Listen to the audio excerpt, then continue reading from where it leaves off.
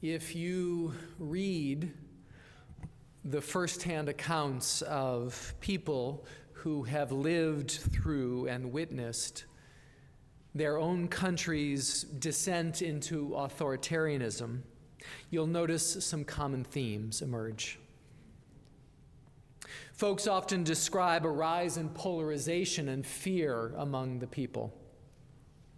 The demonization of some other, an other believed to pose an existential threat to the nation.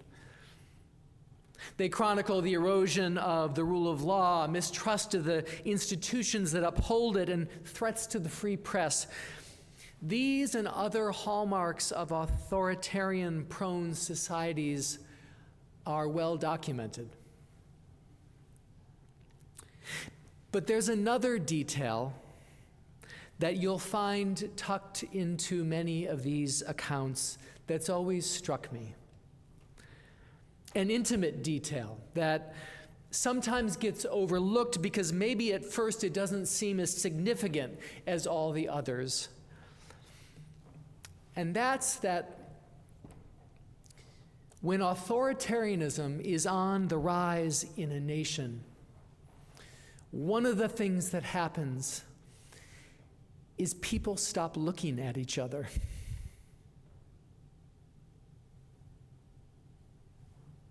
Neighbors avoid making eye contact. Folks passing by on the street lower their gaze, keep their heads down, keep to themselves, because you don't want to be drawn into conflict. You don't want to raise suspicion or draw the unwanted attention of the authorities or some other bad actor. Under an authoritarian regime, averting one's eyes is an act of self-protection, of self-preservation. The problem, of course, is that by withdrawing and isolating themselves, citizens then effectively hand over the public square to the strongman and his cronies, feeding a negative cycle that only increases folks' alienation and fear of one another. And so one small way that folks tried to resist the rise of authoritarianism in their nation was to keep looking one another in the eye,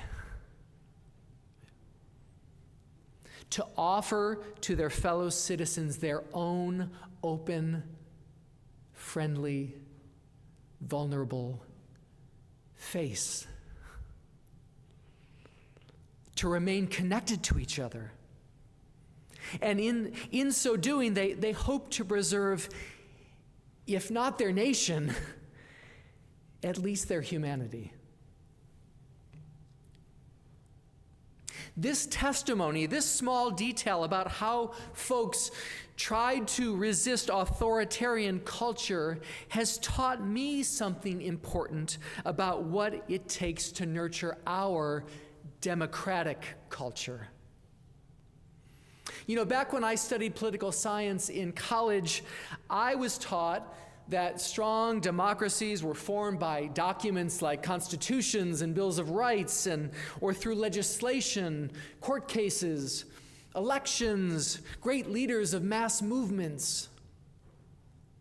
But what this detail suggests to me is that nurturing a democratic culture is also about something much more intimate than these things.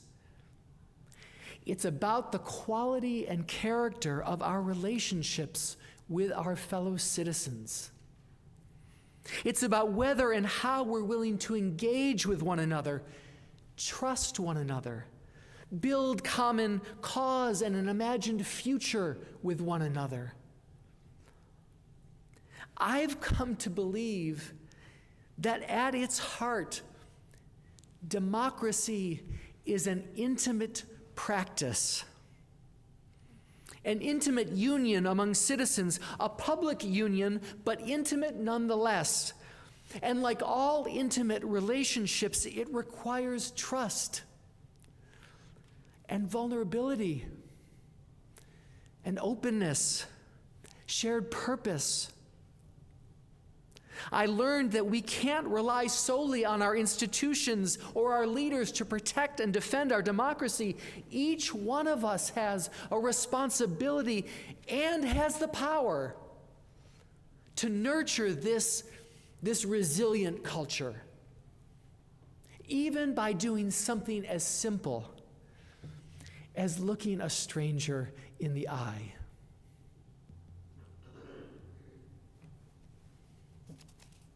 Can I tell you a story? One Saturday in October of 2018, I was out knocking on doors, registering voters in Northern Virginia. It was the end of a long day, at the end of a long campaign season, and I'd been canvassing this one large apartment complex for about 6 hours. And all I had to show for it was 5 completed voter registration forms, 5 new voters. But for any of you who've done this work, you know that it just takes one in a day's worth of work to make it really feel worthwhile. Anyway, one of the last doors I knocked on that afternoon was answered by an elderly gentleman.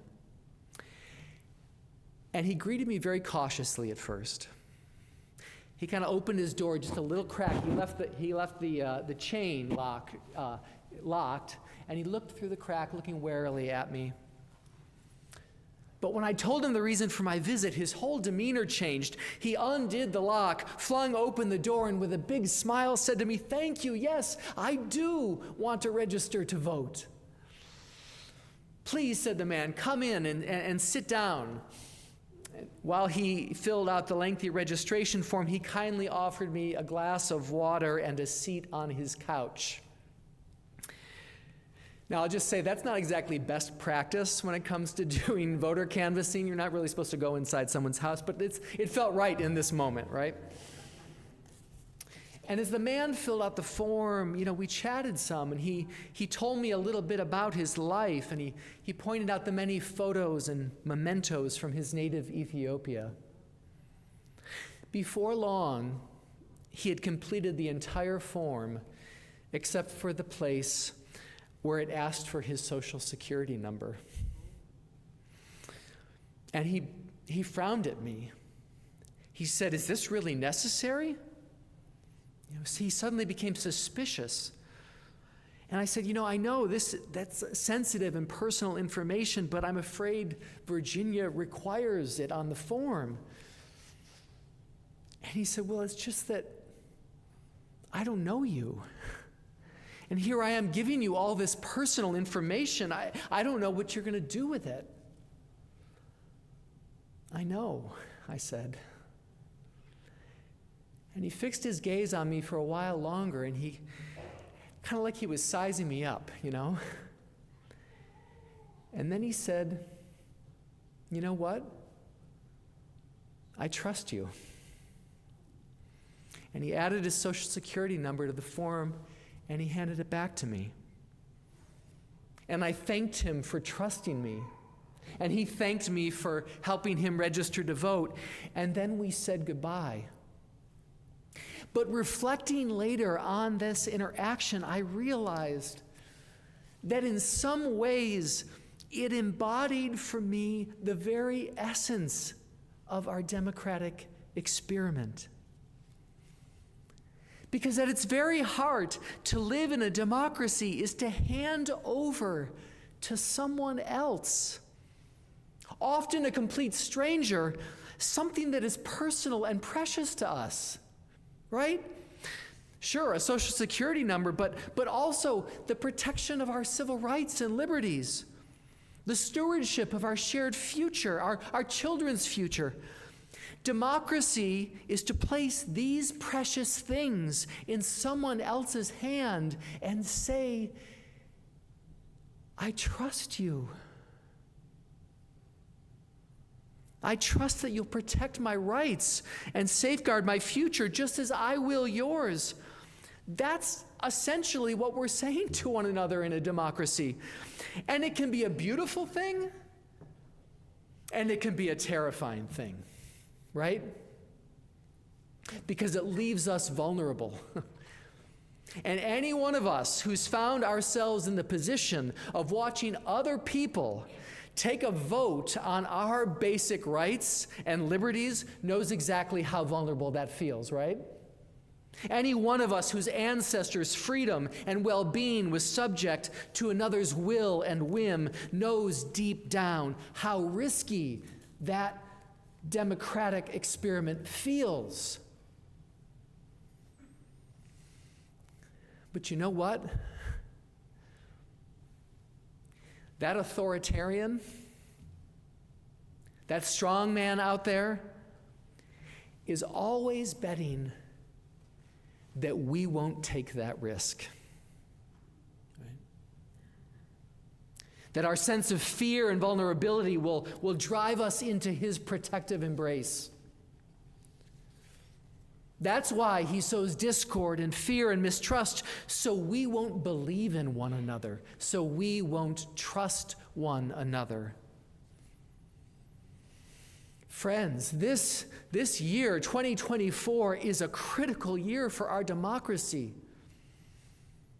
There's a lot at stake in this election.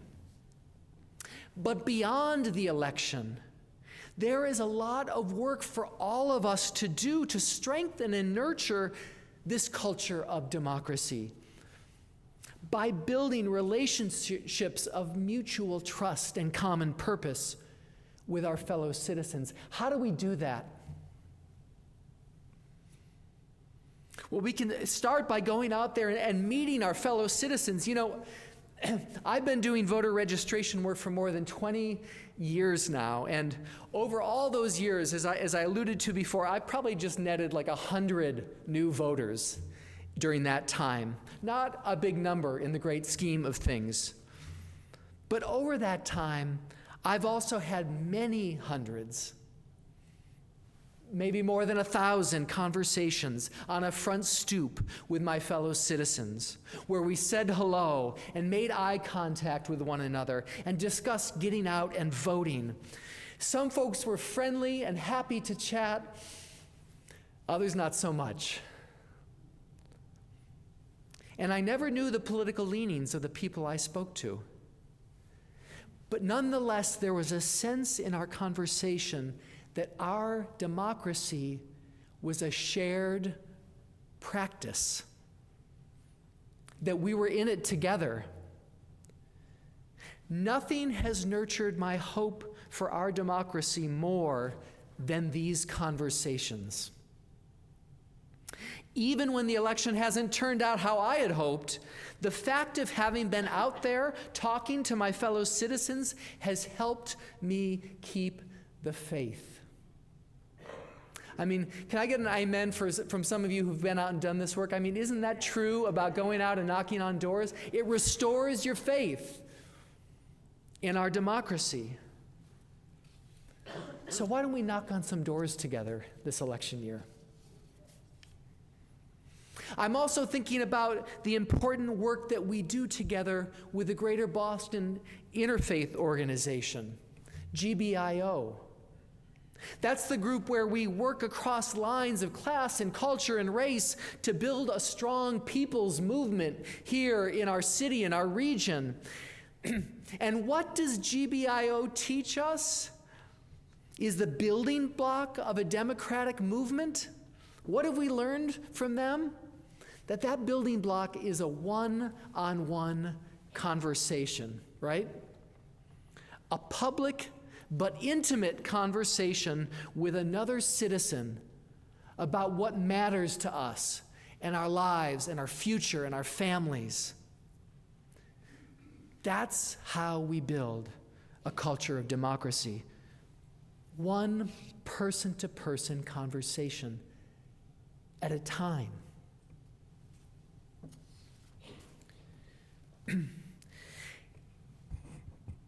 You know, and I'll tell you, friends, I think that maybe we need to start even closer to home than that. I've been reflecting a lot lately on what's been happening here in Cambridge over the last several months. It feels to me like what began as honest and heartfelt differences of opinion over the war in Israel and Gaza has metastasized into something more, well, sinister, really, you know? I've walked out my office onto Harvard Square and seen the doxing trucks parked right outside our church, showing the faces of Muslim or Palestinian students on campus, giving out their private information. I've read about people being accosted on the streets of Cambridge for wearing a yarmulke or a keffiyeh. We know that leaders in our community have been targeted with death threats and vile racist slurs. We've seen planes flying low overhead, dragging banners that accuse people of anti-Semitism. And at Harvard, where I serve as a chaplain, Jewish students feel unheard and unsafe. Palestinian and Muslim students feel unheard and unsafe. Friends aren't speaking to one another. And there's just this overall atmosphere of fear and mistrust on campus that's spilled out into this larger community of ours, right? And it reminds me of what we heard from the testimony of those who lived through the rise of authoritarianism. I'm not saying that's what's happening in Cambridge right now, but it reminds me of what was said there, how important it is when fear and mistrust are on the rise to simply make eye contact with our fellow citizens, with the people we share the tea with or the bus, with the people we pass by in the square, to offer them your kind, open face, to begin a conversation rather than make an assumption or lob an accusation, right? In our daily lives, and right here in our own community, we can begin to repair and rebuild a culture of mutual trust and shared purpose. We can nurture the kind of public intimacy that keeps our democracy strong. One conversation at a time, one relationship at a time, one kind glance at a time. It's the work for us to do this year. Amen.